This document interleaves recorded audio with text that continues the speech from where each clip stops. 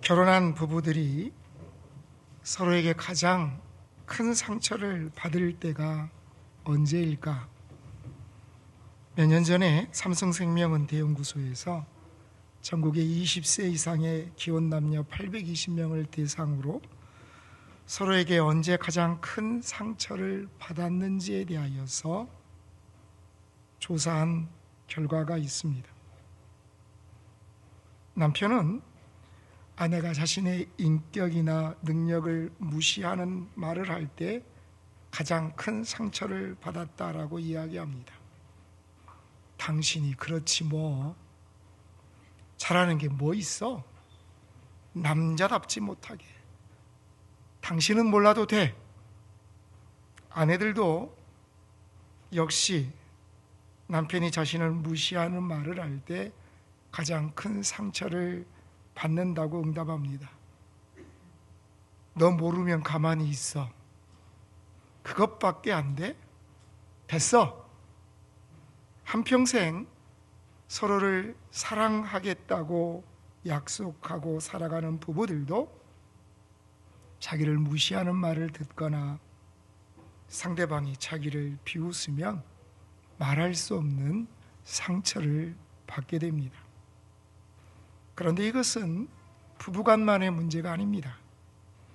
우리가 살아가는 삶의 현장에서 누군가에게 무시당하는 말을 듣는다면, 누군가가 나를 비웃는다면 여러분들은 어떻게 하시겠습니까? 그것도 내가 너무나 귀중하게 그리고 가슴 벅찬 사명을 가지고 무엇인가를 일하겠다고 단단히 마음 먹고 그 일을 시작했는데 예기치 않는 무시와 비웃음, 그 일에 대한 반대를 만나게 될 때 여러분은 어떻게 반응하시겠습니까? 오늘 성경은 우리의 삶 가운데 내가 무엇인가를 결단하고 그 일을 향하여 나갈 때에 우리를 비웃는 그 비웃음들이 우리에게 들려오는 그때에 우리가 어떤 모습으로 반응하며 살아가야 할까를 말씀하고 계십니다. 느헤미야 4장이 바로 그런 내용입니다. 느헤미야가 하나님께서 허락하신 그 위대한 일을 이스라엘 백성들과 함께 시작하려고 하는데 예기치 않은 커다란 반대에 부딪히게 됩니다. 1절 한번 같이 읽을까요? 산발랏이 우리가 성을 건축한다함을 듣고 크게 분노하여 유다 사람을 비웃으며 뭐라고 이야기합니까? 우리를 비웃는다라고 말씀합니다. 느헤미야와 또 그와 함께 성벽을 쌓아가는 사람들이 비웃음거리가 되었다는 것입니다. 비웃는다는 말은 조롱하고 업신여긴다는 것입니다. 느헤미야와 또 그와 함께 하나님이 허락하신 그 사명을 이루어가기 위하여서 힘을 모으고 땀 흘리는 사람에게 돌아온 것은 박수와 칭찬과 격려가 아니었습니다. 주위에 있는 사람들이 바라보면서 조롱하고 비웃기 시작합니다. 무시하기 시작합니다. 그게 되겠어? 라고 소리 지른다는 것입니다. 3절 한번 같이 읽습니다. 암몬 사람 도비아는 곁에 있다가 이르되 그들의 건축하는 돌 성벽은 여우가 올라가도 곧 무너지리라 하더라. 아멘. 보통 우리가 운동을 할 때, 특히 어떤 내기를 걸고 운동을 할 때 상대방이 그 실력을 발휘하지 못하도록 뒤에나 옆에서 계속해서 딴지를 걸고 놀리거나 비꼬는 그런 모습을 전문용어로 뭐라 그래요? 야지 건다 그러잖아요.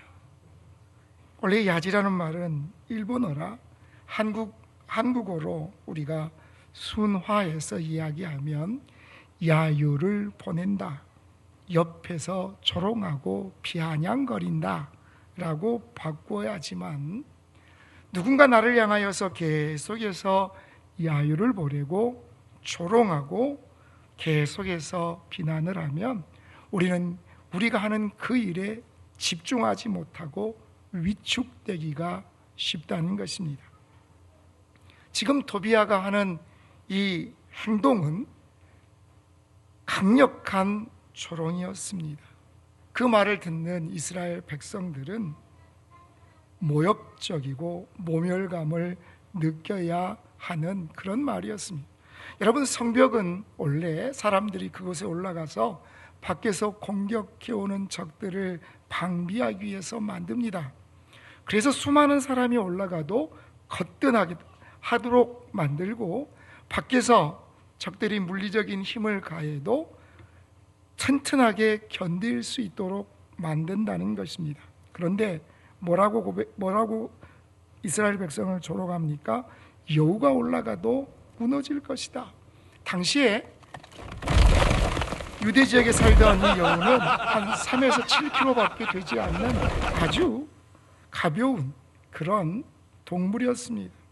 그런데 그런 가벼운 동물이 올라가도 그 성벽이 무너진다라고 이야기하면서 그들이 하는 일을 조롱한다는 것입니다.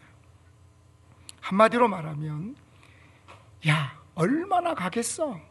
얼마나 잘 되나 두고 보자 라고 계속해서 이야기를 던지고 있습니다. 우리는 이런 비난과 조롱과 반대를 경험했던 믿음의 사람들을 성경에서 만나게 됩니다. 다윗이 전쟁에 참전한 형들을 만나기 위해서 블레셋과의 전쟁터를 향하여 나갔더니 많은 이스라엘의 군대들이, 아니 모든 이스라엘 군대들이 벌벌 떨고 있어요. 왜 그런가 봤더니 블레셋의 골리앗이라는 장수가 나와서 이스라엘의 군대의 하나님을 모욕하고 조롱하고 있습니다. 그런데 그 누구도 그 소리를 듣고 그 골리앗을 향하여 나가는 사람이 없다는 것입니다. 그때 다윗이 이렇게 이야기합니다. 이 할례받지 않은 블레셋 사람이 누구이기에 살아계신 하나님의 군대를 모욕하는가? 거룩한 분노가 다윗에게 일어납니다. 그 다윗의 이야기를 듣고 주위에 있던 사람들은 어떤 반응을 보일까요? 여러분, 다윗과 가장 가까웠던 사람, 늘 곁에 있던 형 엘리압이 그런 다윗을 비난합니다. 뭐라고 이야기합니까? 네가 어찌하여 이곳까지 왔느냐? 들에 있는 양은 누가 지키느냐? 내 교만함과 그 마음의 완악함을 내가 안다. 너는 전쟁을 구경하러 왔다. 누가 이야기했어요? 자기의 형인 엘리압이 이야기한다는 것입니다. 여러분, 내가 그 골리앗을 바라보고 거룩한 분노가 있을 때 함께 그 마음에 동조해주고, 그래 나도 마음 가운데 말할 수 없는 분노가 있다라고 이야기해 주어야 할 형이 다윗의 그 모습을 보고 다윗을 조롱하고 비난한다는 것입니다. 왜 그랬을까요? 형 엘리압은 다윗의 마음 중심을 보지 않고 자기 눈에 보이는 것만을 바라보았기 때문입니다. 어쩌면 골리앗 앞에서 두려워 떨고 있는 자기의 그 수치스러운 모습을 숨기기 위하여서 동생 다윗을 더 비난하는지도 모릅니다. 혹시 여러분 메아리방 효과라는 말을 들어보셨습니까? 산 위에 올라가서 야호 하면 어떤 현상이 일어나요? 요즘에 산을 잘 안 올라가셔가지고. 그런데 여러분, 산에 올라가서 야호 하면 저쪽에서도 야호, 이쪽에서도 야호. 그걸 우리는 메아리라고 하지요. 근데 방 안에서 내가 야호 하면 그 방 안에서 계속 그 소리가 돌아 내 귀에만 들리는 것을 메아리방 효과라고 이야기합니다. 무슨 말이냐면 내가 어떤 이야기를 할 때 나와 친분이 있거나 유대감이 있는 사람들끼리 모여서 한쪽 방향으로만 계속해서 이야기를 하다 보면 자신들이 생각하는 그것이 사실인 것처럼 생각한다는 것입니다. 아니, 그 일은 사실이어야만 하는 것처럼 생각하는 현상을 의미합니다. 한 번은 맘카페에 아동학대를 비난하는 글이 올라왔습니다. 그것도 그 어린이집의 실명과 그 교사의 실명을 거론하면서 글이 올라왔습니다. 그랬더니 많은 사람들이 그 선생님을 비난하는 글들을 댓글로 달기 시작합니다. 신상이 공개된 교사는 결혼을 얼마 앞두고 있었지만 그런 비난들이 너무너무나 힘들어서 극단적인 선택을 했습니다. 그랬더니 이번에는 그 맘카페를 폐쇄해야 된다고 수많은 여론들이 일어나는 것을 볼 수 있었습니다. 처음 맘카페에 그 글을 작성한 사람은 내가 본 건 아닌데 누가 이런 이야기를 하는 것을 들은 것 같다라고 글을 적었습니다. 그랬더니 수많은 사람들이 그것에 동조하고 반응하면서 한 사람을 극단적인 선택으로 몰고 갔다는 것입니다. 이런 비난을 하는 사람들의 특징은 그 일에 진위는 관심이 없습니다. 그냥 사람들의 분위기 속에 편승해서 동조하고 사람을 이리 몰고 저리 모는 것이 그 사람들의 특징입니다. 느헤미야와 예루살렘 성에서 함께 건축을 하던 백성들을 향한 비난도 그러했다는 것입니다. 7절을 한번 같이 살펴볼까요? 산발락과 도비야와 아라비아 사람들과 암몬 사람들과 아스돗 사람들이 예루살렘 성이 중수되어 그 허물어진 틈이 메꾸어져 간다 함을 듣고 심히 분노하여. 처음보다 느헤미야와 또 예루살렘 성 안에 있는 사람들을 비난하는 사람들의 수가 더 늘어났습니다. 성을 다시 재건하면 할수록 그 성이 튼튼해지면 튼튼해질수록 비난의 소리가 더 거세져졌다는 것입니다. 여러분들은 그런 비난 앞에서 어떤 반응을 보이실 수 있습니까? 비난을 듣고 있던 이스라엘 백성들은 어떤 반응을 보였을까요? 10절에 그들은 이렇게 반응합니다. 같이 읽습니다. 유다 사람들은 이르기를 흙무더기가 아직도 많거늘 짐을 나르는 자의 힘이 다 빠졌으니 우리가 성을 건축하지 못하리라 하고. 아멘. 그들은 기운이 다 빠져버렸습니다. 그들은 낙심했습니다. 또한 11절을 보면 이렇게 말씀합니다. 같이 읽습니다. 우리의 원수들은 이르기를 그들이 알지 못하고 보지 못하는 사이에 우리가 그들 가운데 들어가서 사륙하여 역사를 그치게 하리라 하고. 아멘. 자신들을 죽이겠다는 그 소리를 들으면서 두려움 가운데 빠졌습니다. 이런 비난이 무서운 것으로만 그치는 것이 아니라 내 삶을 흔드는 오해와 무고로 나타날 때가 있습니다. 다시 우리가 2절 한번 살펴봅니다. 같이 읽습니다. 이 미약한 유다 사람들이 하는 일이 무엇인가? 스스로 견고하게 하려는가? 이 이야기는 느헤미야에게는 치명적인 이야기가 되어 돌아올 수밖에 없는 말입니다. 스스로 견고하게 하려는가? 라는 이 말은 그들이 힘을 강하게 하여서 왕에게 대항하려고 하는가? 지금 그들은 반역을 꾀하고 있는가라는 의미이기 때문입니다. 산발랏은 지금 느헤미야가 왕에게 대항하여 성을 쌓고 있다는 거짓말을 퍼뜨리고 있다는 것입니다. 그런데 이 이야기가 아무런 설명 없이 여과 없이 왕의 귀에 들어가게 된다면 느헤미야는 정치적으로 벼랑 끝에 몰릴 수밖에 없습니다. 아니 심하면 왕의 노여움을 사서 당장 그의 생명이 위험할 수도 있다는 것입니다. 그런데 이것은 느헤미야와 예루살렘에 있었던 사람들의 문제만이 아닙니다. 우리가 하나님께서 기뻐하시는 교회, 하나님께서 주목하시는 교회로 다시 새롭게 세워져 나가기 위하여서 한 걸음 나갈 때마다 어쩌면 더 많은 비난과 조롱이, 견고한 결림돌이 생겨날 것이기 때문입니다. 안에서부터 밖에서부터 우리는 이런 비난과 조롱과 웃음이 들려올 때 이스라엘 백성들의 모습처럼 무력하고 낭망 속에 빠지며 두려움 가운데 떨 때가 생길 것입니다. 그리고 그것은 단순한 비난을 넘어서 나의 삶에 말할 수 없는 폭풍으로 다가올 때도 있다는 것입니다. 바로 그때 느헤미야가 어떤 모습으로 반응을 했을까요? 4절 같이 한번 읽습니다.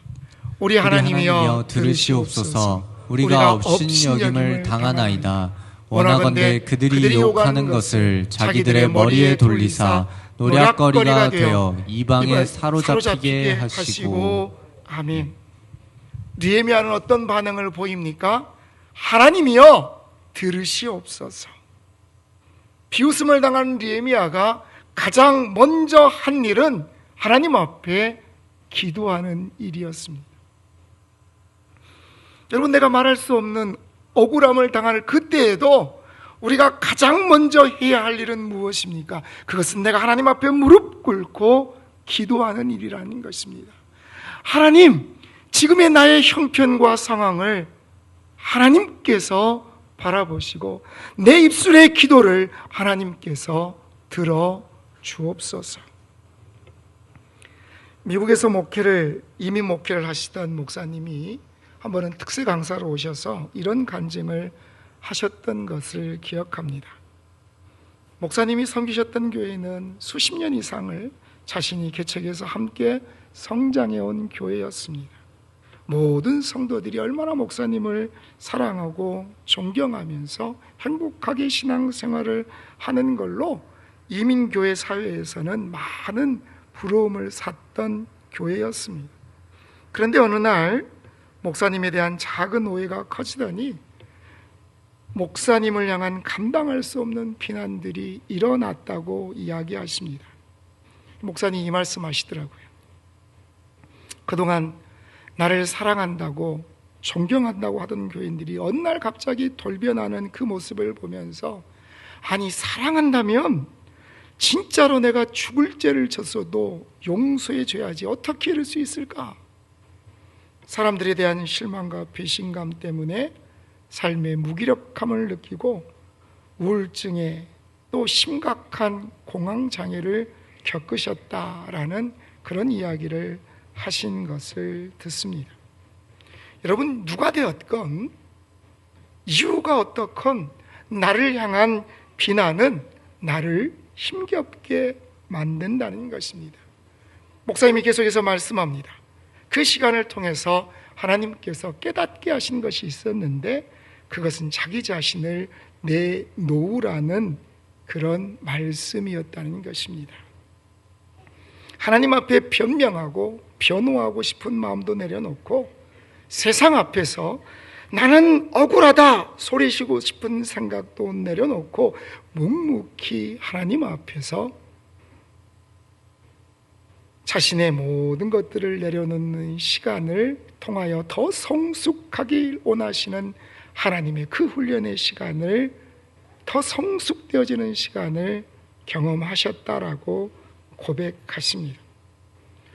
사랑하는 성도 여러분, 우리가 살다 보면 여러 가지 오해를 당할 때가 있습니다. 그것도 내가 주님의 일을 열심히 하고 있는데 이런저런 오해를 당하게 되고 귀에 거슬리는 말들이 내 귀에 들려올 때가 있다는 것입니다. 여러분, 그럴 때가 있죠. 생각하면 할수록 치밀어 오르는 그런 때가 있어요, 없어요? 있습니다. 나도 모르게 손이 부르르 떨 수밖에 없는 그런 마음의 고통이 내게 찾아올 때가 있다는 것입니다. 자다가도 벌떡 일어날 수밖에 없는, 깊은 한숨을 쉬어야지만 진정이 될 수밖에 없는 그런 일을 만나게 될 때가 있다는 것입니다. 어떻게 내가 이런 오해를 받을 수 있나? 내가 진실이 무엇인지를 밝히겠다, 시시비비를 가리겠다 라는 마음이 우리에게 찾아올 때가 있다는 것입니다. 그러나 우리가 반드시 기억해야 할 한 가지 사실은, 우리가 너무 힘들어서 하나님 앞에 신음을 토해낼 때 하나님께서는 나의 형편과 상황을 그 누구보다 아시고 나를 기억하시며 내가 그것을 묵묵히 견뎌내기를 응원하시는 하나님이 우리의 하나님이심을 믿으시길 바랍니다. 하나님은 느헤미야가 비판과 조롱 그리고 오해와 무고 앞에 서 있을 때에 하나님 앞에 어떤 모습으로 기도했는지를 기억하십니다. 그는 하나님 앞에 기도합니다. 하나님이여 들으시옵소서. 자기를 파괴하는 수많은 비판들이 주위를 가득 에워쌀 때에도 엄청난 오해로 자기의 생명마저 위협을 당하는 그때에도 느헤미야는 하나님을 향하여서 하나님께서 그것을 들어주시기를 간구하고 있다는 것입니다. 사람들에게 자기의 억울함을 호소하는 것이 아니라 하나님께 자신의 그 형편과 사정을 아뢰고 있는 것입니다. 성경은 우리에게 말씀합니다. 야고보서 5장 13절 같이 읽습니다. 너희 중에 고난당하는 자가 있느냐? 그는 기도할 것이요. 아멘. 뭐라고 말씀합니까? 고난당하는 자는 기도하라는 것입니다. 우리가 고난 중에 하나님 앞에 부르짖으면 하나님께서 지금의 나의 상황과 형편을 아시고 그 고난 가운데에서 우리를 건져내시는 하나님이신 줄 믿으시길 바랍니다. 여러분의 자녀가 밖에서 누군가에게 무시를 당하고 업신여김을 당하고 모욕을 당하면 그 모습을 그냥 보고만 있을 부모님이 누가 있어요? 그냥 여러분들은 그래 아프면서 크는 거야 하고 보고만 계시겠어요? 하나님은 내가 하나님의 자녀로 하나님의 사명을 감당하면서 세상에 업신여김을 당할 때에 그것을 반드시 갚으시는 하나님이심을 말씀하고 계십니다. 여러분, 그 문제는 더 이상 나의 문제가 아니라 하나님의 손에 맡겨진 문제인 것을 기억하시기를 원합니다. 우리 하나님이 그런 하나님이시기 때문에 우리가 하나님 앞에 간절함으로 엎드릴 수 있는 것입니다. 우리가 온세대 수련회를 통하여서 하나님, 우리가 다시 한번 하나님 앞에 새롭게 세워지는 교회가 되게 하여 주옵소서. 몸부림치며 나아갈 때, 한 마음으로 하나님께서 우리에게 허락하신 그 일들을 감당하며 나아갈 때에 어쩌면 우리에게 들려오는 수많은 비난의 또 조롱의 소리가 들릴 수 있을 것입니다. 여러분, 억울함 앞에서 아무것도 하지 않고 잠잠히 하나님 앞에 기도하는 모습, 세상 사람들이 볼 때에는 참 무기력한 모습으로 보일 수 있습니다. 하지만 하나님께서 하나님의 때에 하나님의 방법으로 그 잘못된 모든 것들을 드러나게 하실 것을 우리가 믿으며 기도할 때에 느헤미야가 경험했던 그 놀라운 영적 승리를 우리도 경험하게 될 줄 믿으시길 바랍니다. 선을 행하다가 어려운 일을 당할 때 하나님 앞에 그 모든 문제를 맡기며 한 걸음 한 걸음 주님 앞에 나가기를 소원합니다. 기도의 사람 조지 뮬러는 이렇게 말합니다. 같이 읽습니다. 무릎으로 인생의 싸움을 싸우는 것을 배우지 못하는 사람은 아직도 기독교 신앙의 ABC를 모르는 사람이다. 자, 아니, 싸움이라는 단어가 나오니까 목사님 제가 소시적에는 그런 눈빛으로 몇 분이 쳐다보시는데, 목사님 제가 17대 1의 그 주인공입니다. 근데 우리는 17명 중에 한 명이었잖아요. 여러분, 우리가 이 세상을 싸워가는 방법은 우리의 손의 힘으로 싸우는 것이 아니라는 것입니다. 하나님의 백성들이 이 땅을 싸워가는 모습은 우리의 기도의 무릎으로 하나님 앞에 기도함으로 그 모든 일들을 하나님이 주시는 그 승리를 기대하며 나가는 것이 저와 여러분의 삶의 모습이 되어야 함을 기억하시기를 소원합니다. 그러면 여러분은 지금 서 있는 그 자리에서 어떤 모습으로 하나님 앞에 나가고 계십니까? 9절 같이 읽습니다. 우리가 우리 하나님께 기도하며 그들로 말미암아 파수꾼을 두어 주하로 방비하는데. 여러분, 한 가지 집중하는 것도 힘들 때가 있잖아요. 그런데 그들은 주경야독하는 심정으로 성벽을 재건하는 데만 온 힘을 쏟아도 될까 말까 한 상황임에도 불구하고 성벽을 재건하는 일과 이웃의 적들이 공격하는 것을 방비하는 일을 다 신경 쓰며 나가야 했습니다. 17절을 보십시오. 같이 읽습니다. 성을 건축하는 자와 짐을 나르는 자는 다 각각 한 손으로 일을 하며 한 손에는 병기를 잡았는데. 무슨 손으로 일을 했다고요?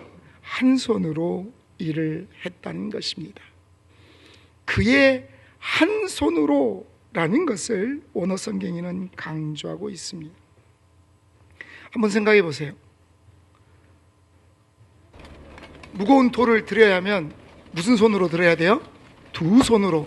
그런데 손 하나로 그것을 들고 옮기고 하나로 모든 것을 하려면 더 힘들지 않았겠습니까? 여기에서 우리가 무엇을 생각할 수 있습니까? 그들은 자신이 허락하신 하나님의 삶의 환경에서 최선을 다했다는 것입니다. 어떻게 한 손으로 성벽을 쌓습니까? 우리는 더 이상 못합니다. 포기하지 않았다는 것입니다. 그들이 할 수 있는 최선의 모습을 가지고 싸워갔음을, 그리고 성벽을 세워갔음을 성경은 증거하고 계시다는 것입니다. 그들은 기도하면서 일했습니다. 기도와 일은 결코 분리되지 않습니다. 기도는, 우리가 하나님 앞에 기도한다는 이 사실은 내가 하나님을 향한 땀의 노력을 배제하는 것이 아니라는 것을 기억하십시오. 나는 기도만 하면 하나님께서 알아서 그 일을 이루어 주시는 것이 아니라는 것입니다. 집에 불이 났어요. 그럼 여러분 어떻게 하실까요? 하나님, 저 불을 빨리 꺼주세요. 내가 기도만 하고 바로 앞에 물이 있는데, 소화기가 있는데 그 물을 붓지 않고 소화기를 분사하지 않으면 그 불이 꺼집니까? 아니라는 거예요. 하나님께서 우리가 원하신 기도는 내 삶 가운데 내가 땀 흘려 그 삶의 현장을 지켜나가는 행동을 포함하는 것을 의미한다는 것입니다. 사랑하는 성도 여러분, 비난을 두려워하지 마십시오. 우리가 하나님 앞에 하나님 주신 그 사명으로 하나 되어 나가는데 누군가 그 길을 어그러뜨리고 조롱한다 할지라도 낙심하지 말라는 것입니다. 우리가 때로 비난으로 에워싸임을 당하더라도, 때로는 오해를 당하고 억울함 때문에 말할 수 없는 분노를 참아야 하는 그때가 되더라도 지금 내게 허락하신 하나님의 그 사명을 포기하지 않으시기를 간절히 소원합니다. 세상 사람들이, 아니 교회 안에 있는 사람들조차 이제 교회의 부흥은 끝났다라고 이야기합니다. 더 이상 교회에 소망이 없다는 것입니다. 현상 유지도 어렵다라고 이야기합니다. 그러나 분명히 우리가 기억해야 할 것은 하나님이 살아 계심을 우리는 믿습니다. 그 하나님을 신뢰하며 그 하나님이 우리를 도우신다는 사실을 우리는 믿습니다. 하나님께서 이 땅에 교회를 세우시고 죽어가는 한 영혼을 구원하는 이 놀라운 사명, 그래서 그 한 영혼들이 모여서 하나님의 교회가 성장하며 하나님 앞에 아름다운 믿음의 열매들을 드리는 이 모습은 하나님이 우리에게 허락하신 위대한 사명인 것을 기억하시기를 소원합니다. 우리가 무엇과도 바꿀 수 없는 이 위대한 사명 앞에서 세상이 아무리 우리를 조롱하고 비난한다고 할지라도 하나님이 살아계심을 우리가 믿고 나간다면 하나님이 우리에게 허락하신 이 위대한 사명을 결코 포기할 수 없음을 우리는 믿습니다. 나를 지키시는 하나님께서, 내 문제를 해결해 주시는 하나님께서 우리 교회를 지키시고 인도하시며 우리의 가정과 우리의 자녀를 지키시고 인도하시는 그 하나님께서 우리가 하나님 앞에 담대함으로 묵묵히 기도하고 나갈 때 우리를 통하여 하나님의 그 놀라운 일들을 감당케 하심을 우리는 믿습니다. 여러분에게는 어떤 꿈이 있습니까?